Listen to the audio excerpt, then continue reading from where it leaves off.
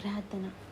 పరిశుద్ధుడా, మా ఆధ్యాత్మిక జీవితాన్ని చక్కబెట్టుకోవడానికి, మా హృదయంలో ఉన్న గుంట నక్కలను పట్టుకోవడానికి నీ వాక్యములో నుండి మేము హెచ్చరింపబడుతుండగా నీ ఆత్మ ద్వారా నింపబడి పరిశుద్ధులుగా నీకిష్టులుగా బ్రతకాలని మా హృదయాలను సిద్ధపరుచుకుంటుండగా నీ ఆత్మకార్యము మాలో జరుగుటకు, ఆత్మ ఫలము ఫలించువారిగా ఉండుటకు మాకు సహాయము చేయమని క్రీస్తు నామంలో అడుగుచున్నాము తండ్రి.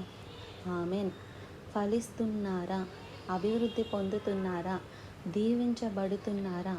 హృదయాన్ని పాడు చేసే పాపాలను గమనిస్తున్నారా? గర్వము, అసూయ, కోపము, శరీర కార్యములు స్పష్టమైన ఉన్నవి. గలతీయులకు రాసిన పత్రిక 5వ అధ్యాయము 19వ వచనం. శరీర